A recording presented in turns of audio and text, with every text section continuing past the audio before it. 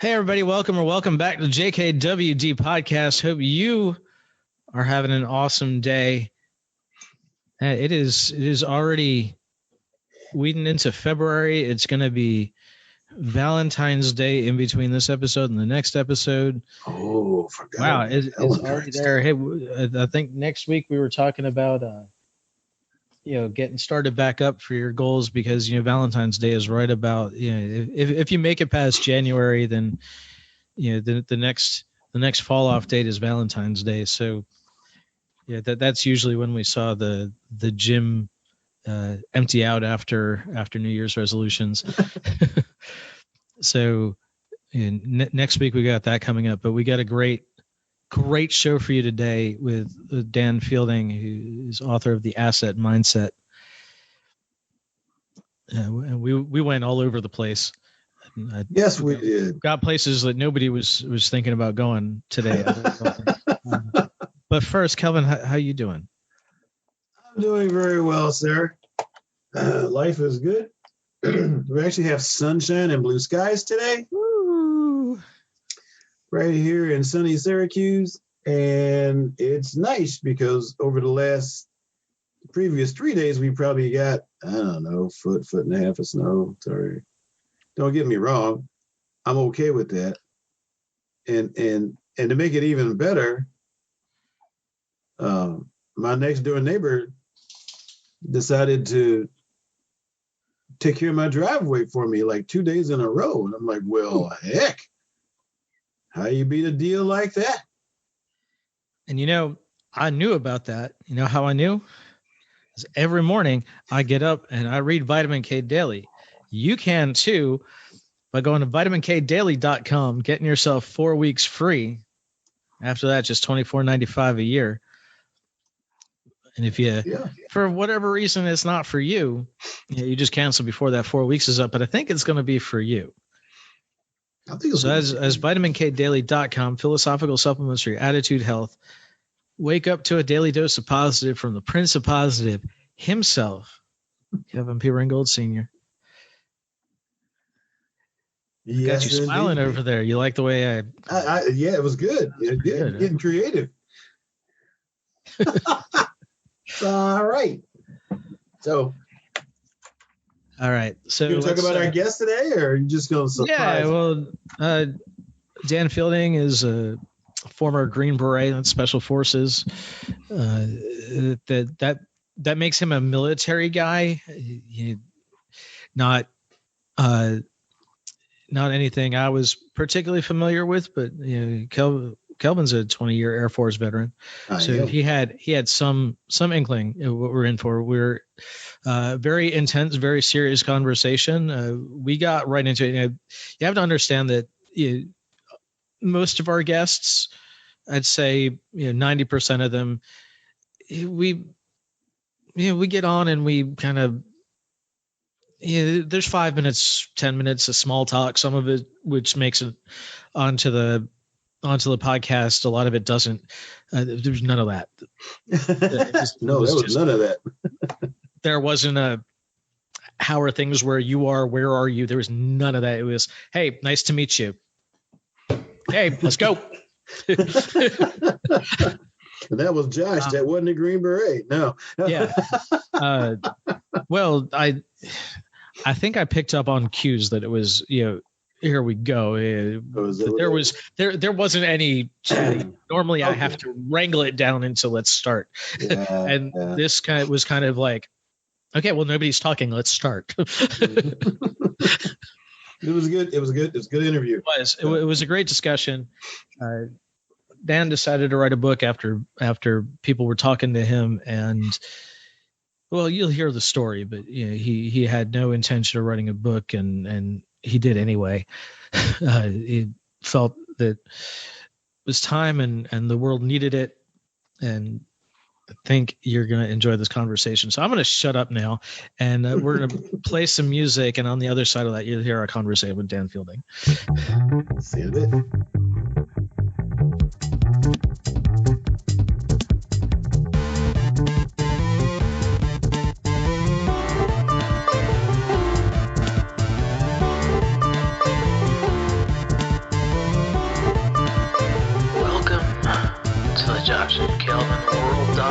podcast where we talk about better humanhood and teach you how to dominate your world. You ready? Here we go. Well, thanks for coming on. Great to be here. Typically, we like to start these things by saying, hey, why don't you introduce yourself to the audience rather than me reading your bio? And that way you can let us know who you are, what your mission is, and why that's your mission. Okay. Well, good afternoon, good morning, wherever you are, depending on the time of day. My name's Daniel Fielding. I'm a former Special Forces Green Beret. I wrote a book now. I'm an author of The Asset Mindset. The reason why I wrote the book, it's to help liberate people's minds so that they can achieve success and fulfill their goals. I want more positivity in the world. I feel, in the Special Forces, we have, it's called De Oppresso Liber, which is to free from oppression. That's kind of our motto. So I've kind of transitioned that and tried to move it into the civilian world a little bit. Whereas I'm trying to help people liberate themselves from their own oppression, because ultimately our own minds hold us back more than pretty much anything else in the world. Because, I mean, you can lose your legs, but you can still learn how to run. You can go through therapy, you can do things. So like our mind is the most powerful thing. And so that's where the asset mindset came from. And as far as why I'm doing it, I just want to help make the world a better place. And have a more positive world, more love in it, that we look out for each other and we believe in ourselves. And so we can create positive change. Cool. And so I want to start with positivity because Kelvin over there has a brand called Intensely Positive. And so that melds very, very well. Talk to me about positivity, and then after that, I'm going to ask you to talk about what success looks like, since you mentioned that. Okay, well, positivity is like people have heard of, every cloud has its silver lining, or the yin and the yang. In my book, I talk about it being a page master as an analogy I use, as far as, you can have an event happen to you in life and you can look at the page that's bad, the bad side of it, and read that over and over again in your mind, like, oh, I was in a car accident. My car is broken. Now I got to get it repaired. Oh, it's so horrible. But you could also look at the other page where like, wow, I walked away from a car accident. I'm still alive. I'm going to get to go home and have dinner with my family, or I'm going to see my loved ones again. So it's like, how do you want to look at it? So what page of life do you want to read in that moment of time? And being present in the now. So the asset mindset is realizing, we're the greatest asset to be able to control that positivity. So we can shape our thinking, our mindset to help create more of reading positive pages in your life. Awesome. I like that. Thank you. Good. And Josh, what was your other one? You mentioned having people have more success. What does that success look like for you, and what would you deem more success in people's lives? Well, success is a very personal thing. It depends like what your own goals are. I mean, some people may view themselves successful just to, own a house and have a happy family. Some people want a career. Some people want to have, I don't know, whatever monetary level of money in their bank account for them to define success. So I think success for me comes down to like what makes someone happy. Because to me, the ultimate goal is being positive and having happiness within yourself. So to be able to create that success starts with your mindset. Like one thing is we need to know what makes you happy. Does going for a walk make you happy? Spending time with family? Does reading a good book? Does watching a movie? Does working on a project, giving back, going and volunteering somewhere. I know myself, I like volunteering with, fellow veterans. I volunteered with Boy Scouts with my son, so like those things can be very rewarding and be successful. So it's very much a personal journey. And part of, what I try and help people learn is how to figure out, all right, what is my happiness, or what brings me happiness? how can I build my mindset so that I can be more positive and create that success that I want in life? And a lot of people have that difficulty in trying to figure out, like, well, I know I want to be happy, but how do I do it? How? So that's part of one of the things I'm trying to help teach and mentor and advise people, like I've been advised and mentored in my life. And I kind of refer to them sometimes as golden nuggets, and other people do too. So like, to achieve success in life, you're going to get given these nuggets by different people that come across your path. And you can take them and save them, or you can kind of not pay attention to them and let them slip through your fingers. So to achieve success, you want to gather as many of those nuggets and things in your life that you can use, and use them as a tool to achieve what you want to achieve. So it's very personal success, but I think with the right mindset and positivity, everybody can absolutely achieve success. Without giving away your a coaching package, or without giving away your secrets, what's the very first step for someone? How do you get somebody on the path to understanding their own happiness? That's a great question. So the first thing in one of my I have a whole chapter about how to begin. So in how to begin is you need to actually do a lot of inner reflection. I talk about, you need to meditate, you need to pray on it, you need to remove yourself from certain environments where you're comfortable, you're calm, you're relaxed. You journal. Journaling is very important for finding, hey, where do I want to go? What do I want to do? Because even myself, as I got into writing, the more you start putting stuff down on paper, or you have that self-reflection, you'll be surprised what comes up. Like you'll start on one topic, and then all of a sudden, next thing you know, it's kind of like having a conversation with a good friend. You don't go into a conversation like, oh, we're going to talk about this, then the next we're going to talk about that, and then we're going to go on to this third point. No, it just happens naturally. Mm-hmm. So if you can get yourself where you have that space for yourself to be able to be alone, to focus on your goals, your dreams, or what you want, that's kind of how you begin to find out, okay, what does make me happy? What do I enjoy? What makes me feel good inside? Yeah, so we've got a lot. I mean, you were Special Forces, so you're out now. Is that correct?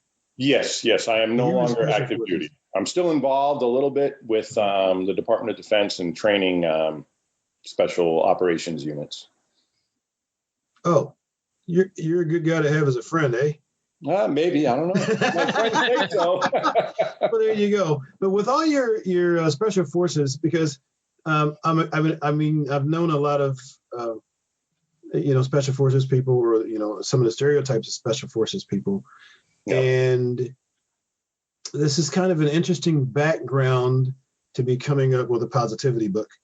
So, how has your time in special forces? I mean, were you doing this before you went into special forces? Did this develop while you were in special forces? How did that come about? Another great question.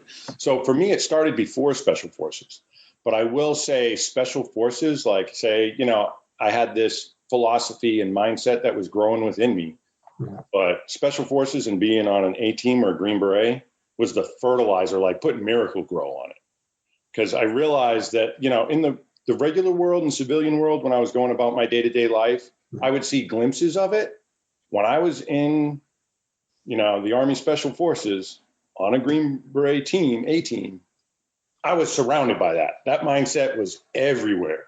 And it was like, it's amazing. The sacrifices people are willing to make for each other. I actually talk about that in my book too, as far as like, a lot of people don't realize, like they think, oh, special forces, big, bad, badass guy. I just want to blow stuff, shoot things up. And it's like, what truly makes a special forces warrior so great, in my mind, in my opinion, and from what I've seen firsthand, is love for each other, love for that guy next to you, love for the unit. Like you are going to go so much further and so much farther than you ever thought you could, because you're motivated, because like, I do not want to let my brother down. That I've talked to so many guys, and including myself, my greatest fear was not dying. Mm-hmm. My greatest fear was letting one of my brothers down. And if I didn't pull security and they got killed because I didn't do my job, or I wasn't effective in my job. So like your concern is like that love for others and protecting others. And that, so as far as circling back a little bit, the Green Berets that I was around only enhanced the asset mindset and helped me realize it and develop it more.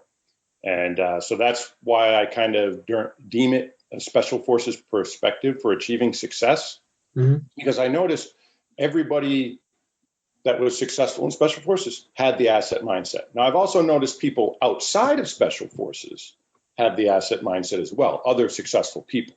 So that's one of the things I also talk about is like, you don't have to be in special forces to have the asset mindset, but if you're going to be in special forces, you got to have the asset mindset type deal. It's an interesting title, the asset mindset. And I was just trying to go through my head on what are we really talking about here. So I haven't read it yet. I plan to. So when you start talking about the assets, let's talk about what those assets are. Okay. The assets, to the extent that, again, we want people to buy the book. So that's fine. No, I mean, honestly, in an hour here, I can't give you everything that's in the book, and it's so funny that it's not funny. It's so interesting that everybody that I've talked to and reviews and that I've got, there's similar themes, but people identify with different things. People have different obstacles in their life. People relate to, this chapter really hit home to me, or, I remember when I was a kid and I went through this, or, I remember being mentored, or, when I achieved this medal, or I won first place in this, whatever. So like, it is very unique to everybody. So the reader, it's very open for their own interpretation, I guess, is where I'm going. But going back to the asset mindset and the title.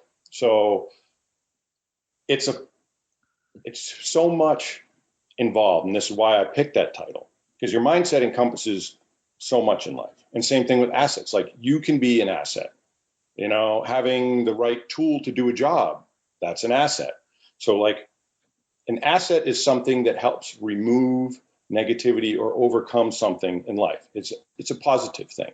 So to have an asset, it's a positive.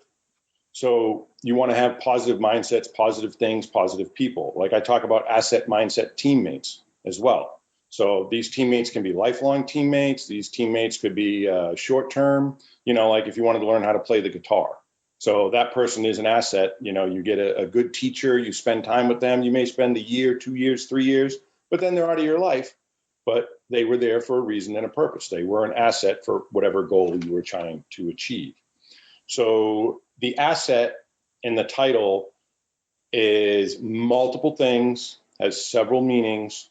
And, when you read the book, you'll see like, it ties into this, it ties into that, So it's an all-encompassing philosophy kind of in life, the asset mindset. Cool. Is there a particular mindset that you think would benefit most from your book? I think the biggest thing that I want people to walk away with or benefit the most is realizing they are their greatest asset. You control your life more than anybody else does. Things can happen to you. You can be a victim of a car accident. You can be a victim of a theft or robbery. Things happen to everybody. Nobody's life is smooth sailing all the time. It's like the weather isn't always sunny and shiny. It's rainy days. There's hurricanes. There's blizzards. There's whatever. There's storms. It's how you prepare for them. It's how you interact with them. Like if you know a storm's coming or something could be happening, if you're prepared and have the right mindset, I said a blizzard. We'll use that as an example. If you have firewood or you have a backup generator or you have things that are prepared, you have that mindset to get things right. You know what? When that bad thing happens, it won't be so bad because you had the mindset to prep, be prepared, be positive. Like, okay, how am I going to deal with this? So the biggest thing I want people to have is to understand that they are their greatest asset in life. You and Josh, you guys, you control your destiny more than anybody else. Who gets you up to do this show? This necessarily wasn't just handed to you. You guys made this happen. So we are our greatest assets. That's the biggest thing I want people to understand and walk away with is that nobody can do more for your life than you. There's the old saying, you can lead a horse to water, you can't make him drink. Like you can be given the keys to something, but if you don't actually do it and own it, it's not going to happen. So people need to understand and have that mindset. Awesome. Thank you. Yeah, I want to pull this back to something else you said when you were introducing your mission, and that's that you want more love in this world. Where did you come by that, and what does more love in the world look like to you? Another good question. So love it's a positive thing. I mean, who doesn't like being loved? Loved by a spouse, love from a pet, love, like love to me is positivity. So are you going to be a positive influence in someone? So are you loving them? Are you going to give them love? So there's friendship love, there's intimate love, there's all different types. But to me, love is that energy of positivity and giving and helping others, providing for others, supporting people, having that positive influence and feedback that you get from each other. Like there's love. I mean, we could define love many different ways, and people have been trying for a long time, well before we came along on the earth. But to me, love is giving, it is helping, it is being positive and making a difference for good things, and good change in other people's lives. Cool. Where did you come by? Where did you come by being this person? You said this predates Special Forces. So, is this something you grew up with? Is this a point of view that you picked up from teachers, from parents, from others along the way? Is this just kind of always been who you are? It's definitely something that's kind of been inside me, but it was developed and shaped a lot by my father in the beginning. He was my first mentor, my hero. I talk about him in my book quite a bit, how he helped me be the man I am today. He shaped me to be able to go into Special Forces.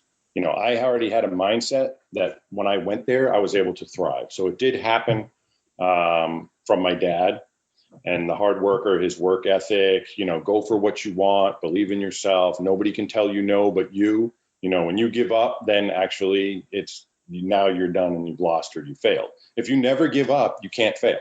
You may not achieve it, but you didn't fail, that type deal. And then I also have some background with martial arts. And like there's the Dragon Warrior Code I talk about in my book. And it talks about I am what I am because I choose to be. I'm a dragon by choice and I'm subject to its loss. My family, instructors, and my classmates are my heart and my mind. Even though we may disagree with each other, we still strive to be one, forgetting all categories and letting energy which wishes to exist. And as a dragon, I must go forth to seek the Tao in the void, understanding myself and finding peace within. So that shaped me immensely. I mean, you see, I recite it, I define that, chew it up, spit it back out in my book. Because there's so many, we could talk about that whole thing, each line for hours. So that's something that helped shape that mindset in me. And, it's even tattooed on my body. It became that important to me. And, it's shaped me. My dad shaped me. The military shaped me. And all these things have just helped my spirit within come out. And now I'm trying to share it with others so they can have the same type of, success and peace within, when you go to bed or when you wake up, you feel good about your life and you really don't have regrets. Tell us about your, specifically meditation and journaling are practices we talk about with a lot of guests. Tell us about your practices there. Okay. My practices, I get mostly involved in meditating and journaling when I feel there's an obstacle or there's something I want to overcome. I say I do more meditating than journaling. I find journaling helpful when I, have a bigger obstacle or decision to make. I make lists. My wife and I got whiteboards. I do a lot of, note taking and organizing. Sometimes I'll use the Notes app in my phone. So I think capturing things are very important. So then I can reflect on them more and do the meditative type of, you know, I already used the word reflection, but I'm going to use it again, you know, to reflect on those thoughts. And those are very helpful. Now, I also find it interesting that I do different levels of meditation. Like sometimes if I'm stressed or I'm frustrated, I'll kind of go into like almost a deeper meditation, or I'll take some time to myself and I'll really, you know, have that alone time and try and get grounded or centered or whatever you want to call it. So that way it becomes easier to deal with whatever I need to deal with. So I don't have like, I'm not one of those people like every day at this exact time, I'm going to meditate for 15 minutes. You know, some days I may meditate longer. Sometimes I might meditate in the afternoon. I feel like my inner guidance, I kind of use that. It's like, hey, when you're thirsty, you go grab a drink, right? So that's kind of how I look at meditation and journaling. You know, when I have that thirst for meditation, then I'll do it, or prayer, then I'll do it. If I have that thirst to journal, then I'll journal. I guess a lot of people have a different view of what meditation is. Some hear about it, poo-poo it as, you know, something fluffy. But when a Green Beret is talking to you about meditating, you're not thinking about a fluffy thing. So tell us about the quality of your meditation and what are the levels for you, you know, and how do you get there? If that's even a sensible question to ask. No, it's a sensible question, definitely. And it's something that, you know, people want to understand because like you said, it means so many different things to so many different people. I think for me, it's definitely started with the martial arts and that Dragon Warrior code. We would recite that code and then we would meditate on it. And so that's a habit that I developed in my teenage years that I've carried through my special forces training and being in the military, being, you know, downrange in Afghanistan or things, if things got bad or, you know, we get back to my bunk or wherever, then I would do that. I'd get grounded and centered. And, you know, in there was a line, letting energy which wishes to exist. You got to let go of things. You can't control everything. Nobody does, but you can control certain things. You can control how you feel about stuff a little bit or your influences. So as far as levels of meditation, to go back to your question, I would say there's probably 3 layers or 3 levels that I kind of practice. There's one like a kind of walking meditation. So like maybe I'm walking around or I'm thinking and I'll let my mind go, okay, I'm going to clear my head a little bit as I'm doing this in the yard, or, you know, maybe I'm driving and I'll turn the radio off and I'll kind of just do that. So that's kind of like a shallow meditation. Then there'll be like a medium level where, you know, maybe I wake up and I'm, you know, just kind of starting my day, or maybe I'm tired and I'm going to lay in, you know, the chair or in the couch and kind of spend a few minutes. And then there's the deep one. The deep one for me is when I feel the most stressed.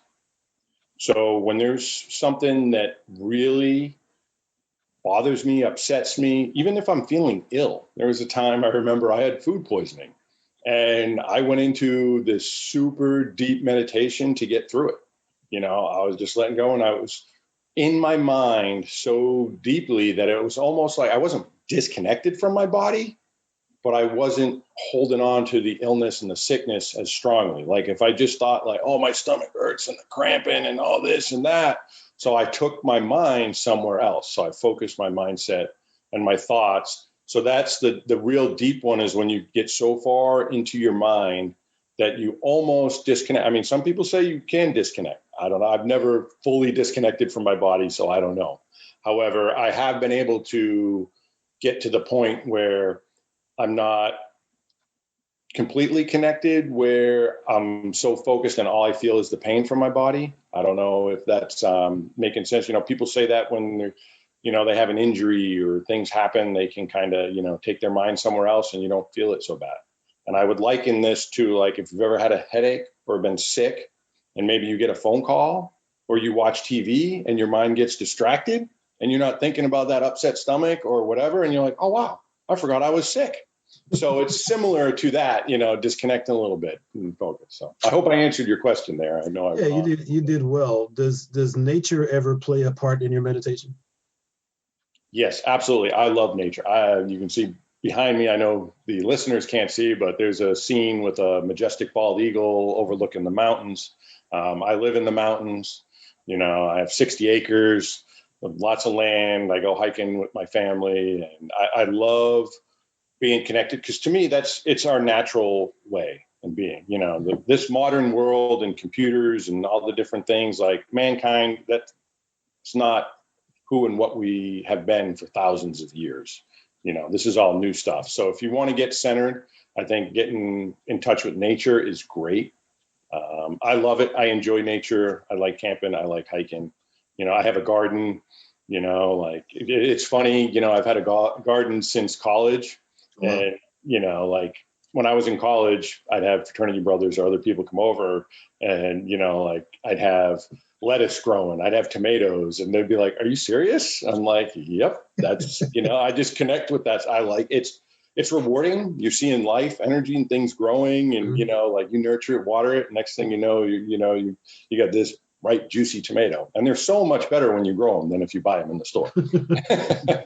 Anybody who's grown knows that. Like if you pick a cherry tomato right off the vine and put it in your mouth, it's almost like candy. It's so sweet. You got it. I like that. Cool. Go ahead, Josh. You got that look on your face. Well, I was actually looking at you, but what are some of your greatest assets? Oh, great question. My greatest assets. So I think is number one is understanding that I influence my life more than anybody else. So I control it. I can take myself where I want to be. And I think that's number one. Number two is definitely the love I've been surrounded with and people that have blessed me in my life, from parents, family members, my wife, my children, humble me. I mean, yeah, I do a lot for them, but when you're a parent, your children give you a lot too, a lot of understanding, a lot of patience. Sometimes they wear on the patience, but so that's a whole nother topic there, right? Parenting. Yeah. But so as far as assets, I think my health is a great asset. I work hard on that. Like I take vitamins all the time. I try and, I don't drink soda. I don't, people are like, "Oh, you want some M&Ms?" I don't eat that type of stuff. I mean, to each their own. If that makes you happy and you have joy from it, by all means do it. I'm not saying don't do it, but I think, we are what we eat. So to me, that's a great asset. My wife's the same way. We eat as much organic stuff as we can. We raise our own chickens. So we have farm raised free range chickens that we eat, and we have eggs. So I think that's a great asset. The support network that I've been blessed to serve with, like I'm humbled all the time.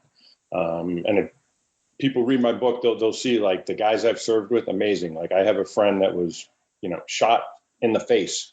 It came out the side by his chin, went back into his shoulder and came back out. And within like 30 seconds, less than a minute, he had given himself self-aid and was back up in the turret on the gun, returning fire to protect everybody else on the team. Like incredible people. Another guy got shot in the neck. I wasn't there for this, so I'm not saying like I've watched this, but my friend Rami, who I served with in my group, and we went to some training schools together and stuff, but he got shot in the neck, paralyzed. He's in a wheelchair, can't do anything. I mean, this guy could have given up. He's now in Tampa, Florida with the Stay in Step organization. He runs and is a director of an organization that helps people with spinal cord injury, from accidents, fellow soldiers, to regain the ability to walk and do stuff. I mean, he was medically retired 100% from the military. He could have just sat back and done nothing, but he is still giving, paying forward, spreading love, doing positive things in the world. So that's been one of the greatest assets that I've had, is being surrounded by people like that. And I talk about that in my book. Your asset mindset teammates or your peers and your environment you're around, they will help make you better. So like having people like that, like I have no excuse, I can still walk, I can use my hands, and these other people that have been severely injured or lost their legs or limbs or whatever, and they're still doing positive things, like I have no excuse. I need to get up there. So it motivates me. So I look at my brothers and sisters in the military that have overcome stuff, or just people in the world. It's like, man, they can do it. I can do it. And that goes back to believing in yourself and taking ownership. So I think that sums up, the assets that I find very helpful for me in my life. People are reluctant to take responsibility for their lives.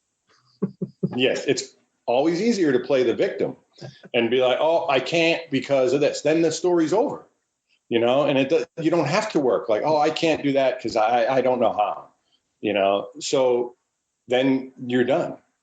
Effort and things take time, and you need to put your focus into it.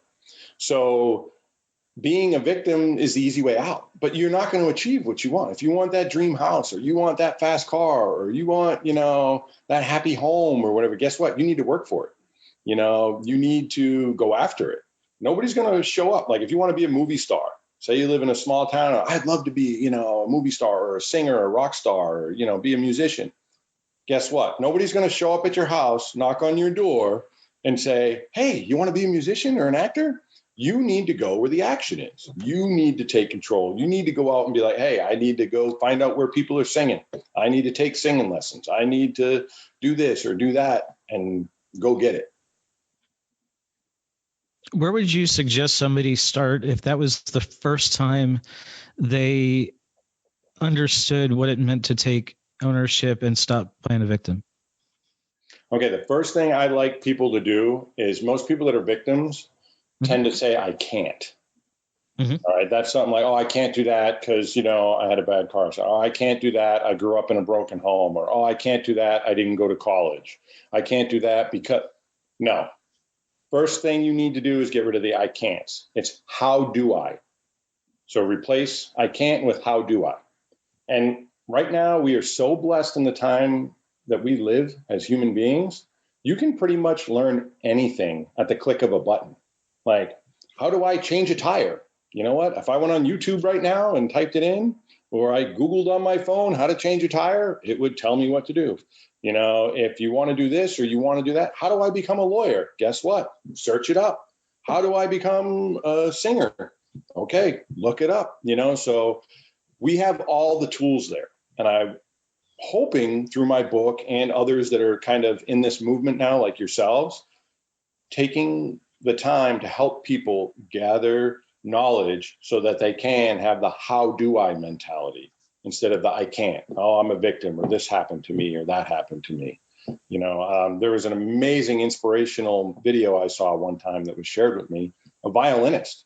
I don't know where she was from. I don't know if she was from Europe or somewhere, but she lost her arm in a car accident. A violinist. How do you play violin with one arm? You got to hold the violin. You know what? She did it. She does it. I mean, you can search it up, one arm violinist. And it's like, oh my God. Like she didn't go, oh, I can't do it now. She figured out, how do I? She talked to people helped her, built a special prosthetics, had a special rod made.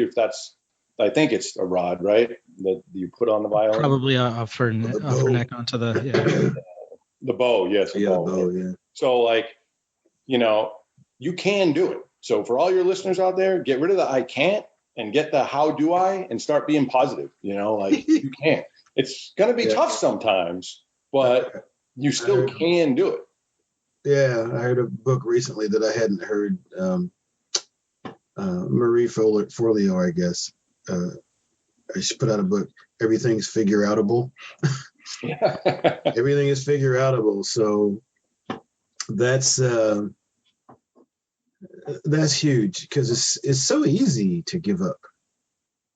It is so easy to give up for a lot of people. So how do you, I presume you're doing personal coaching. Yes, I do some coaching. Yeah. Right. Yeah. People could. So how do you help someone get that mindset besides, you're talking to them obviously, but everything is figureoutable. How do you get somebody out of the I can't mindset into everything is figureoutable, or let's go ahead and view your assets. Okay. So one of the things I like to do goes back to writing in the beginning. So like, oh, I want to say, all right, what are your dreams? So write down your dreams, and then like, well, why haven't you reached them, or why do you think you can't? And then, okay, well, how would you, those obstacles that you have, how would you fix them? If your car is broken, I can't get to work. Well, how do you fix your car? So through writing and journaling. So what obstacles, what are they facing? What do they feel that they need to work on, or that's their problems? And then from identifying the problems, then you can figure out how to fix it. Like they say, number one is realizing you have a problem is the first step to fixing it. So if you're in denial or you don't think you have any problems, well, then you're not going to be able to fix much. So that's the first thing I do. And that's a very much an assessment and individual for every person, because we're all on our own journey. That's something that I love to tell people. It doesn't matter where you start. It matters where you're going. It doesn't matter where you are right now. It's what direction are you moving? Because guess what? Today's going to go by and it's going to be a day in the past, just like all your other days. So where are you going? That's something my dad always taught me, was every day you need to take a step forward. And if you do that throughout your life, you won't believe how far you've traveled, so.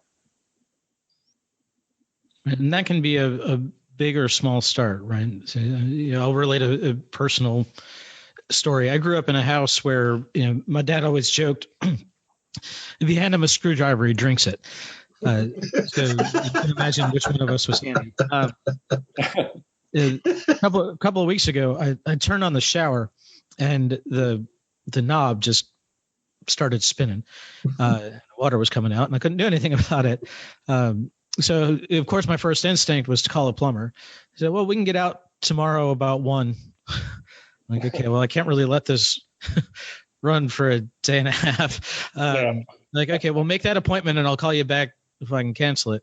And like you said, 5 minutes with YouTube, I had the thing shut off. I brought the thing over to the hardware store down the street, and for $14, I was able to replace the part. And it took an hour. It took an hour of my time. It took me long enough that I didn't get my shower in the morning because I had to do stuff. But it beats putting out $400 to the plumber tomorrow, and letting it run. Running up the water bill by $75, letting it run overnight.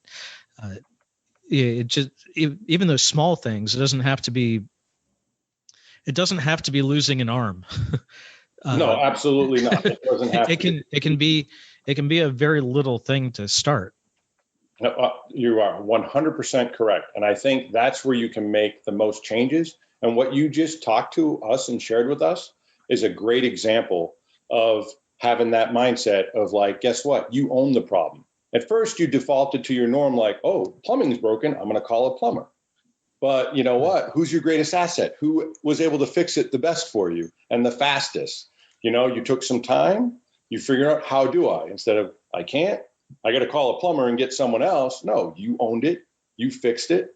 And this reminds me so much of, I have the editor of my book, that she actually sent me a message after, we're done and doing stuff. She has a barn, and there was a storm where the door, it was an older barn, so the wood was rotten a little bit where the hinges went in and the screws, and the barn door blew off and ripped off.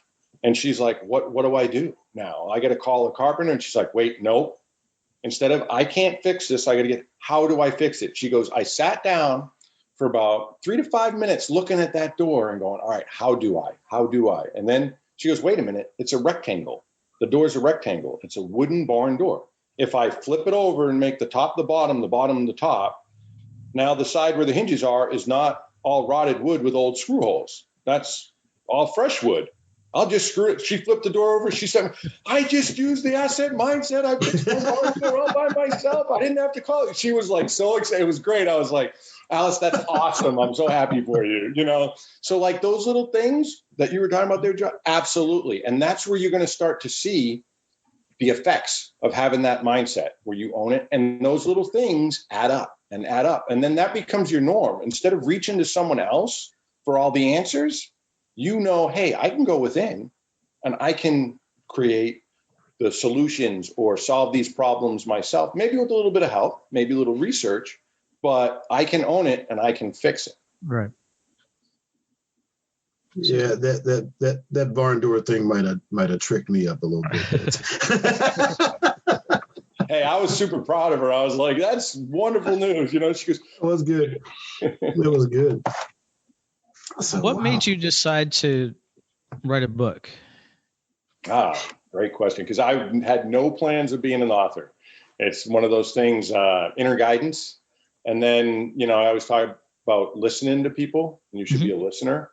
A lot of people, you know, I kind of coach people in life, like we talked about. Well, I've done it for family and friends, and they're like, man, you should like write a book. Or, you know, people know my background with special forces. They're like, oh, you should write a book about being special forces. And I didn't want to write a special forces book about just going to war. I mean, there's some war stories in my book, but that's not the focus of my book at all. It's just one aspect of the book. So, like, I took the asset mindset and used it to help be a positive thing and a philosophy for people to take. So I didn't want just to be war stories and stuff like that. And then, you know, certain things you share, now you're going to get cleared with the government. Like, oh, I was on this mission or did this or that. So I didn't want that stuff.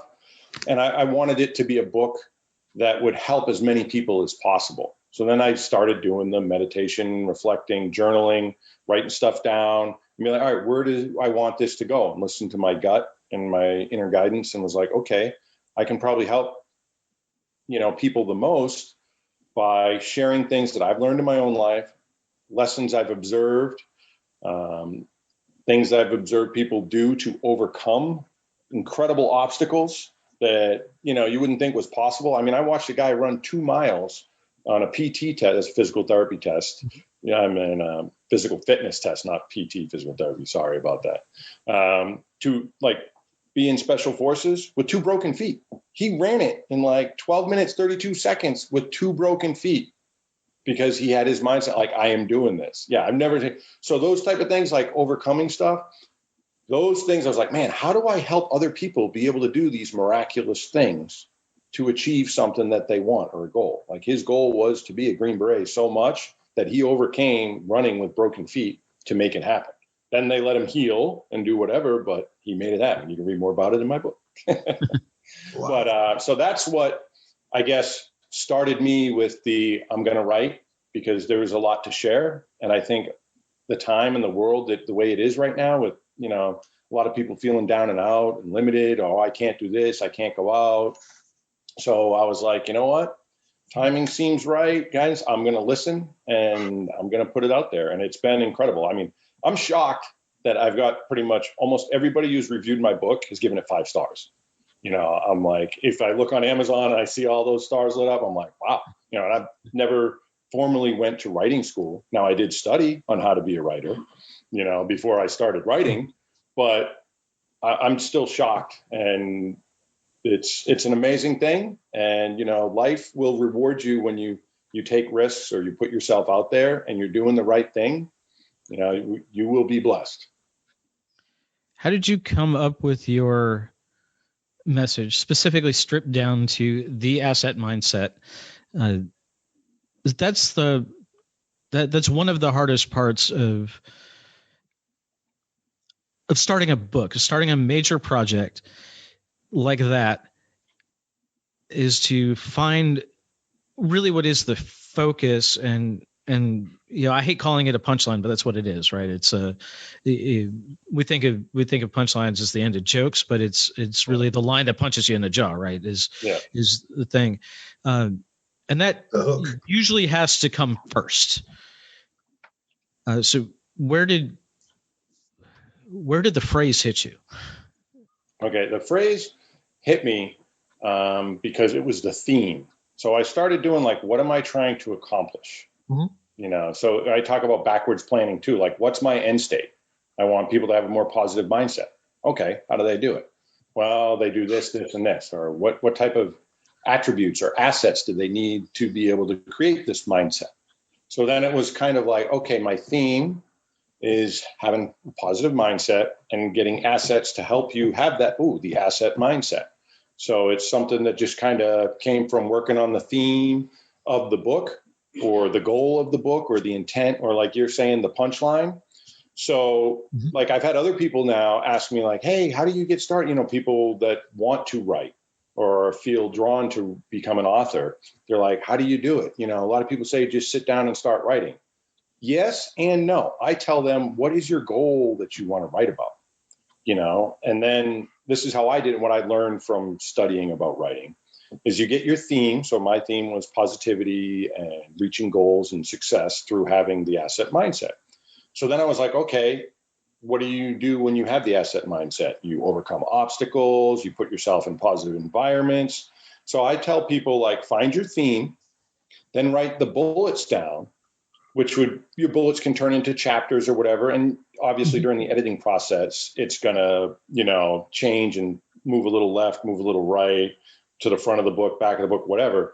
But once you have those bullet points, then now you free write. If you just free write from the beginning, which you can do it, it's a technique. It's just not a technique I prefer, because let me tell you, editing a book is not easy. When you're like, oh, this paragraph goes here. This is a story I want to go in this chapter, or, well, which chapter should go first? Or if you just free write, and now that stuff is everywhere, and you have, you know, my book is over 47,000 words. You know, you have 47,000 words you just wrote down. Now try and organize that. It gets a lot more difficult. So if you can have some form of agenda or structure based off your theme of your book, or that subject or the message that you want to give your readers, and then your bullet points to support that and make those your chapters, and free write in the chapters, because it's a lot easier to rearrange a chapter than it is to try and rearrange a whole book, which you're still going to do, as anybody does when you edit your book. But it just makes it, I think, you know, that little bit of time up front saves you a lot of time later on. What was your biggest obstacle to completing your book? All right, get ready to laugh, and some of your other people, you know, listeners on this are going to laugh. I can't type. That was my biggest obstacle. I got 4 fingers about I type with, you know, and my thumbs. I will hit the space bar with my thumb. Oh, wow. So like, yeah. So it was, when I talk about determination and discipline, like I am a man that cannot type on a computer, and I wrote a book and I'm an author. So like, you can make stuff happen. It took me probably a lot longer than it would have taken some people. But you know what? I had my goal and I just kept working towards it. You know, and like I tell people by using my book, you know, hey, if you write a page a day in 365 days, 1 year, you're going to have a 365 page book. That's a good sized book. You know, now you're going to edit it and do whatever. The editing, I was shocked, as that was the second biggest obstacle. Because like you figure, oh, once you got it down, but going back through, changing, correcting things, rephrasing, make it flow a little better. So yeah, I had 47,000, you know, words, but then you read them over again and you rearrange them, and oh, now I got to read them over again. So like I've reread my book. I couldn't even tell you how many times, you know. So if you read a 200-page book, plan on, in a sense, reading like 20,000 pages. You're going to go over and over and over and over again. Sweet. So. And then hopefully it takes long enough to print it that you're not sick of it when it's time to go talk about it. Yeah. Well, that's why you want to write about something you believe in. That's where I feel blessed too, is like I wholeheartedly believe this, live it, and do my best in it, so it doesn't get old. Like it's a lifestyle.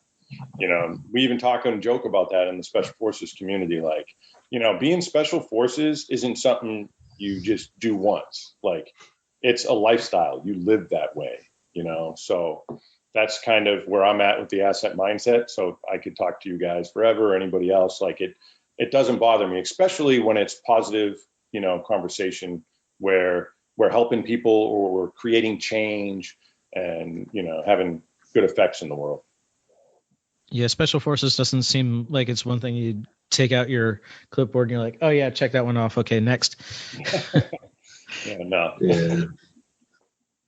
Well, I have to say, you know, not that I've talked to a ton of Special Forces folks, but the conversation you have is, I mean, when you look at all the movies you've seen on Special Forces, you look, you know, fiction, and You don't generally expect to sit down with a guy like you and have this kind of conversation from the picture that comes up as a special forces guy. So you give number one, you give the special forces another boon because people don't realize it, but you guys are human too. Oh, absolutely. Yeah, absolutely. Not the machines we read about in the book. Although I think there's probably a couple of those out there too. So. Oh yeah, and I got to say, like, there is, in a sense, that like there, you know how I talked about meditation, or we talked about meditation, Mm-hmm. going to different levels. Mm-hmm. When you are in a war situation, that you're almost in a meditative state. Like they talk about it as like flip the switch or like game on. Like I'm getting goosebumps now. Group flow, yeah. But like you're such in the moment, and that's what a lot of people say about meditation is like, hey, you want to be in the moment, the power of now, you know, all that, being in the present. When you're at war or you're in a situation where you could die at any second, you're kind of living in the moment. So, you know, we do, in a sense, that machine or robot that you mentioned. I mean, I can see some of that, but that's not it. That's not all of it. That's just one aspect. You know, that's one spoke in the tire or the wheel of being Special Forces, Green Beret, or, you know, Special Operations, Navy SEAL or something like that. Like, so there is that, hey, we have that machine aspect, but that's not what makes us all up. And that is, I think, what movies and, you know, the media and things like to present that, and don't realize that there's so much deeper and so much things behind that. Yeah, if you had if you'd given me your bio and everything, and then said, oh, by the way, in this podcast you're going to talk love, gardening, and free range chickens, I wouldn't have believed you. Yeah, especially there are a lot of books coming out and a lot of coaching coming out by former military now. It used to be that if you saw a book in the library, you know, from former military, it was probably an autobiography or a war memoir or a war history strategy book or something. Yeah, but you know, we're seeing this from you, and of course Goggins and Jocko are the other big names out there right now. But there are lots of others doing it too, and those guys, their public persona also comes off as very strict and hard. Do it anyway. It doesn't matter. I did this with a broken shin. You can do it. So it's really refreshing to be like, hey, remember that like we're the rest of a person too. we're not just that machine. Yeah, no, absolutely. And that's one of the things, the first feedback I got from my editor was like, because she works for the Green Beret Foundation. She's helped many other authors, you know, from the special operations community. And she goes, your book is like nothing I've read from any of the other special forces, you know, soldiers that I've worked with, because it wasn't just a memoir. It wasn't something to just tell my story. My book is about the reader's story. You know, my book is about, I'm going to share things from my life, but those are examples to support you in your journey, your mindset, you achieving greatness.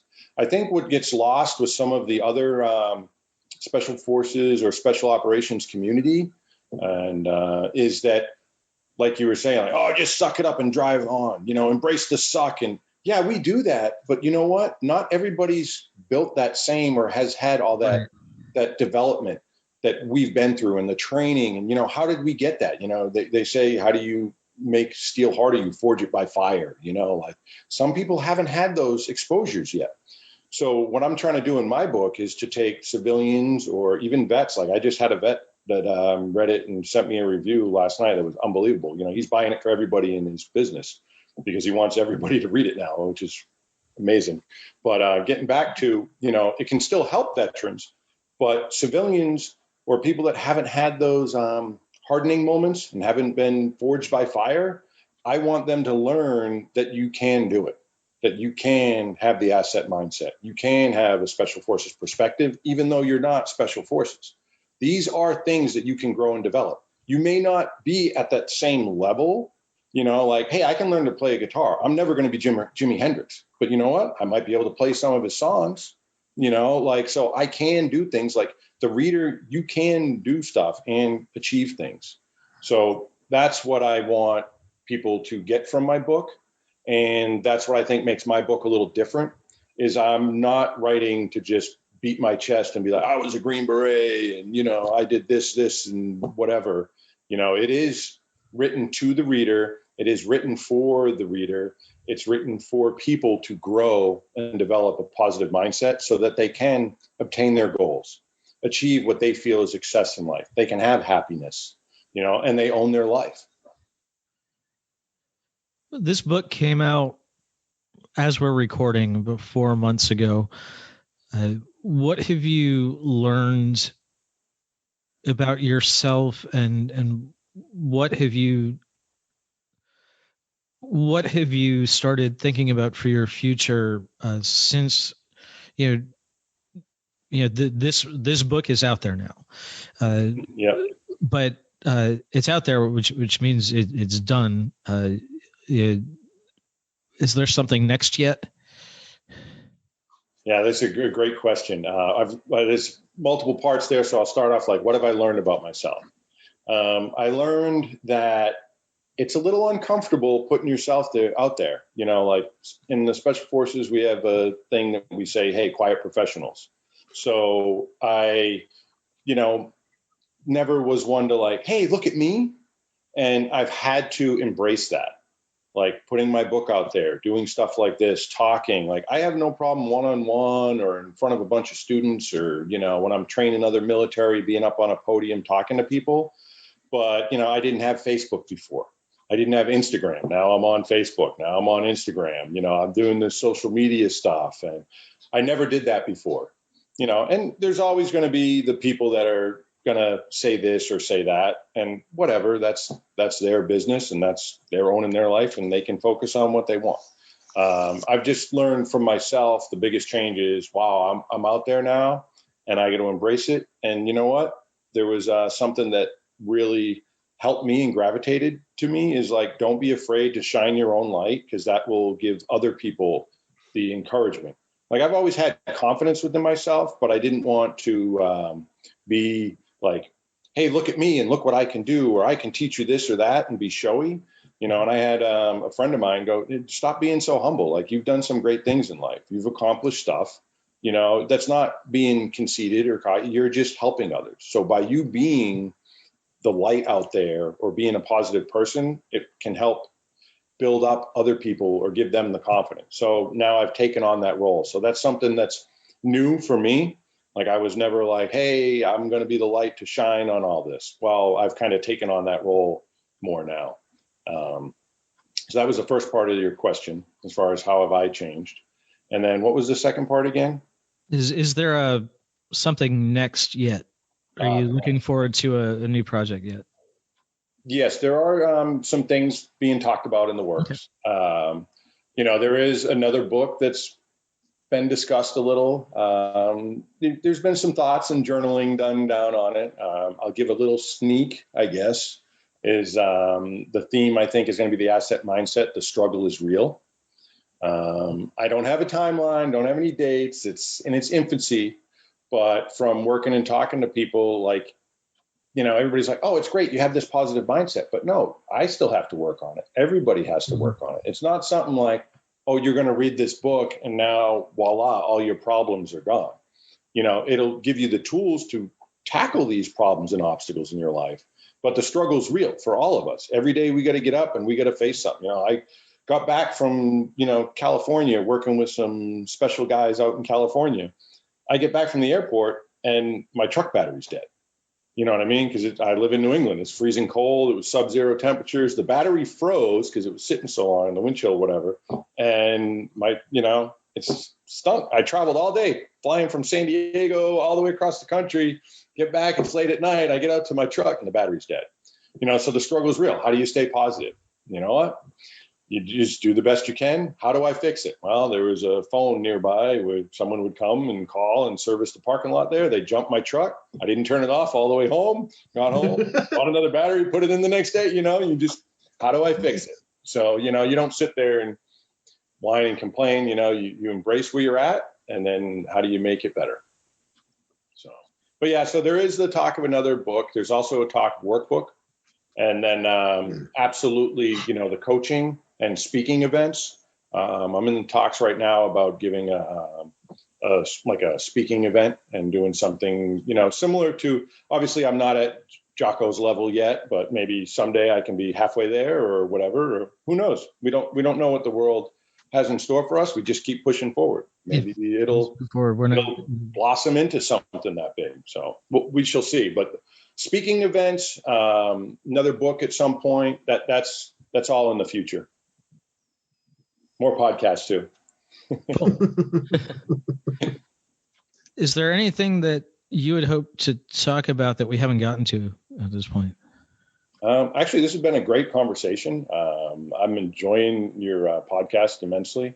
It's been very free-flowing, great questions. So there's nothing in particular that I think we've missed, because we've hit, the theme of my book, what it's about, what we are, I think, all trying to accomplish here with positivity and make the world a better place and to help people, in the crazy times that we're living in right now. A lot of people are down and out. I think realizing that they can be empowered to make their life better, that's important, and we're doing it. So, no, I feel very good, Great. So book is at theassetmindset.com. Where else do you hang out online? Where can people find you? I'm on Instagram, The Asset Mindset. You can find my book on, Amazon.com, BarnesandNoble.com. If you go to my website under books, you'll see it there. You can get it Kindle version. You can get it with the Nook book. So there's also some blogs on there, some writings of different stuff. There's reviews of my book on there. So if anybody's interested, they can read some reviews that are there, or read the reviews that are on Amazon. Great. Well, thank you so much for being here. It's great to be here. Thanks for having me. All right. Have a wonderful I look forward to hearing from you guys again soon sometime. Sure thing. Take care. Take care.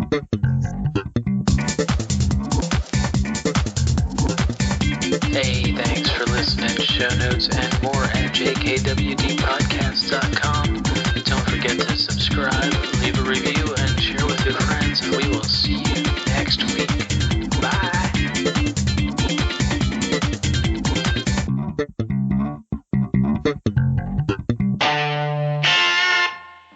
A Better Humanhood production.